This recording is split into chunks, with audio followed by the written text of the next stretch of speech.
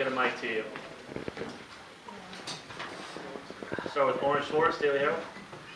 Coach, how tough is it to see the team give up 2 second-half goals, especially the 90th minute goal and lose this game?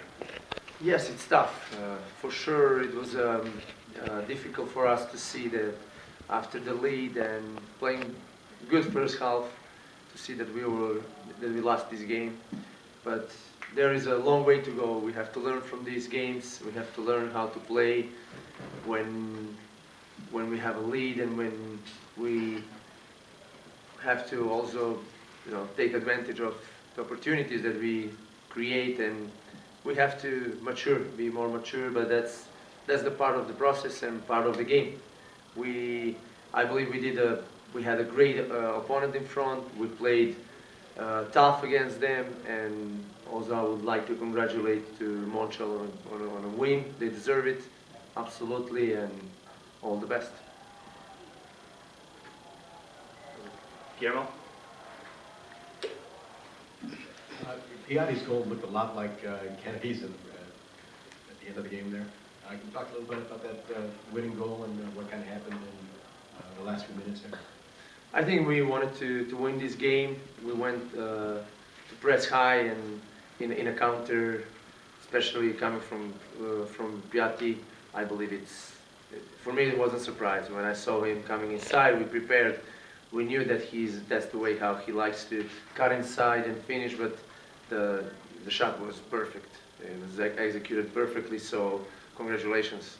There wasn't, I have to see it again, of course, but I don't think that it was stoppable. Joe? Yeah, Coach, can you comment on the impact of a player like Drogba coming into the game and literally turning the game around? Yeah, for me, what concerns me more is that we, like I said before, we weren't mature in this game. When Drogba came into the game, we were impressed by him, and that's something that I'm not happy about it. Regarding, he's one of the best players in the world and great guy and everything, but our team has to understand that we have to respect ourselves as we are respecting our opponents, and I don't think that we were on that page. I don't think we were good. So, but still, that's something that we have to learn, and I believe for the next games we will. The lesson we learned in this game will be improved. Dan? What did you guys talk about in terms of preparing for Drogba? You probably knew he'd come on as a sub. What did you tell them to look for? I think, listen, I think the goal is a clear mistake that we committed, so I think we did a good job. What we spoke is we don't have to be impressed by him. If he comes, everybody talks about Drogba. Again, fantastic player, fantastic guy. Personally, I love him, but the same thing.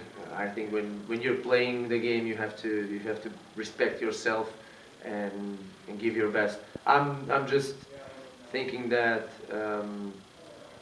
we as I said before, we just have to be more mature. José Luis? Le quería preguntar a nivel de posesión, Montreal ha tenido más tiempo el balón, ha dominado mejor el balón. ¿Cómo piensa que se puede arreglar eso y otra vez ofensivamente mucho que desear el equipo, ¿no? Entrenar, seguir entrenando y mejorando. Jeff? Pauno, if my math is right, I believe since the opening weekends, since that New York City FC game, the Fire have put about 7 shots on frame in the game since then. How much of a concern is that, and what do you do to try to change that and get the team putting more shots, actual shots on frame to test opposing keepers? Working on that, training, practicing, always talking about it, having meetings. Obviously, we have to improve. We have to improve in that. We are emphasizing every time in our sessions and in our meetings that we have to finish actions. We have to score goals. We have to take shots. All these kind of things, and also practicing.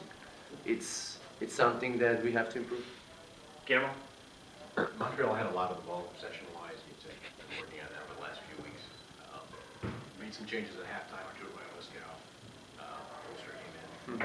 Was that Alvarez just a tactical change, or was something wrong with Arturo? Yeah, tactical change. Yeah, I think Arturo did well. He gave his best in the first half. We needed to, in the second half, we needed to keep more possession. We needed a guy like Matt Polster who can hold the position in the midfield, and with his also his stamina and his work rate, it was very important for us to put him in a game. But I believe at the end, I think it was at the end it was a game where we have to improve and understand, learn how we have to play these kind of games and how we have to finish these kind of games. We'll go to Lauren, then last question with Joe. Kennedy, you guys had the lead at halftime. How confident was the team that you could finish out this game and win it? For me, I can say I'm disappointed in the loss. The first half we leading and we thought, we were going to have it in the second half as well. But, sometimes like that, soccer, you never know. It turns like in a minute, it turns. But I think we give out our best.